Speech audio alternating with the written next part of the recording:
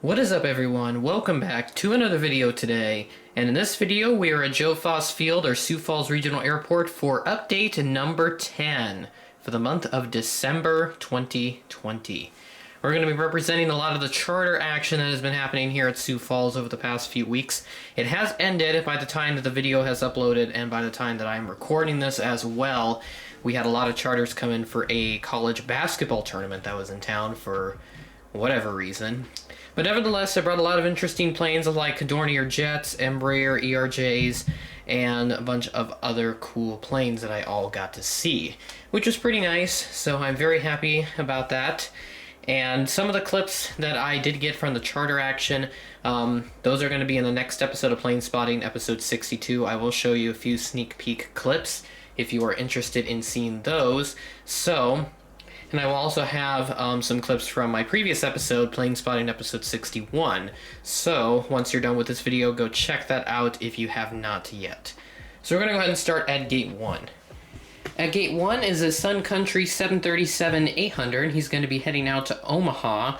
This flight was actually, I believe, unrelated to the action that we had relating to the college basketball tournament. It was called I think the Crossover Classic. So I believe this is a bit unrelated to that, to all the charters that we were getting, but I'm including this because it is a charter and I want to spice up the airport update a little bit. So I can't remember where he arrived from, but I do know that he did depart to Omaha, and I believe I did have that in episode 61. So he'll be heading out to Omaha pretty soon. Got a lot of buses around him, possibly loading up the passengers this way for whatever reason. I just had them out here. Baggage vehicle also behind the wing and the fuselage, getting the players, the coaches, and all the other people, getting all their baggage loaded up so that they can head out to Omaha, which is about a quick 30-minute flight, I believe. It's like a 2 to 3 hour drive south on Interstate 29, or if you're, I guess, one of those people, you just like to take the back roads, it'll be even longer.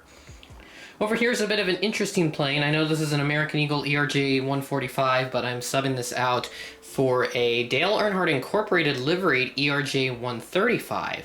That actually visited while I was filming Plane Spotting episode 62, and here is a bit of a clip. Here's a sneak peek of that, so it will pop up in the bottom left corner of your screen.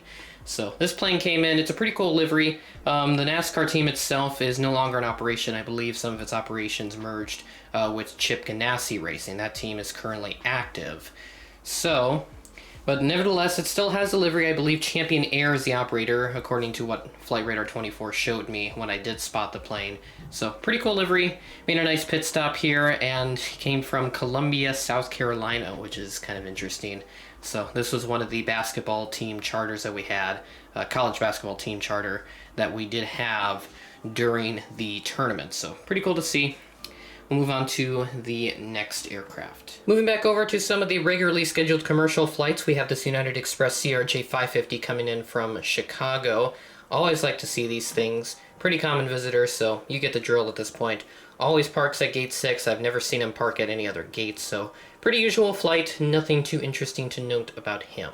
Still rocking some United mainline service with this A319 that came in from Denver. So as you know from, I think, a couple updates ago, we did also have 737-800 service that came from Denver, but that was downgraded to an Airbus A319, which is what the Chicago service was initially operating, but I believe it has been downgraded to have another one of these CRJ-550 flights, which I guess if I was traveling, I wouldn't really mind, because CRJ-550, from what I know, is a pretty nice plane, so hopefully the passengers don't mind it either, those that probably take that route on a more frequent basis if they're a bit like a business traveler or whatever. But yeah, this guy just came in from Denver. We're going to be overnighting it, and yes, I do have my smart lights set for red and blue tinted lights, which is pretty cool. I also have got some lights off to kind of show like it's nighttime, and I kind of chose this just because at the end of Plane Spotting episode 61, where I did see that Delta SkyWest Hybrid CRJ-900, it was nighttime, even though it wasn't really sunset, because it kind of looks like sunset right now.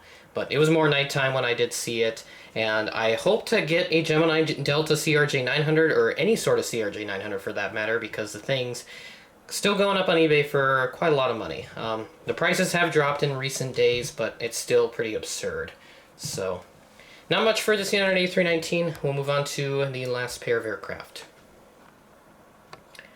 Random Gulfstream just taxiing out to the active runway for departure, going by the passenger terminal for whatever reason. Probably came through the south apron where the fighter jets are located and then came back up here right past the passenger terminal. And right behind him is what looks to be an American Eagle CRJ-200, but this is subbed out as an Elite Airways example. I did finally catch this aircraft. It's taken me months to see this, but thanks to the aforementioned college basketball tournament that we did have, Elite Airways did bring in one of their CRJ-200s, November 9 2 Echo Alpha, and I did get to see it. That clip will also be found in Plane Spotting episode 62. So I'm giving you a lot of sneak peeks for the next Plane Spotting episode. I'm hoping to get back into that grind because I just like to catch all these interesting aircraft. We've been getting a lot as of late, so the Plane Spotting episodes have had their excitement factor increase by about 100% in the last few episodes. So the first time I did catch this, I believe he did come in from like Louisville or something, or was it the other way around? I don't really remember, but he did either arrive from or went out to Louisville, Kentucky. So whatever info I had up here on your screen, that's what I'm trying to represent the flight as. But nevertheless, it's pretty cool to see, and I'm really happy for that.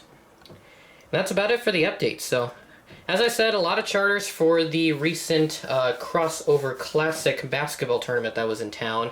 That was actually in town over Thanksgiving break, so it's going to be about 2 weeks since it happened by the time this goes out on YouTube.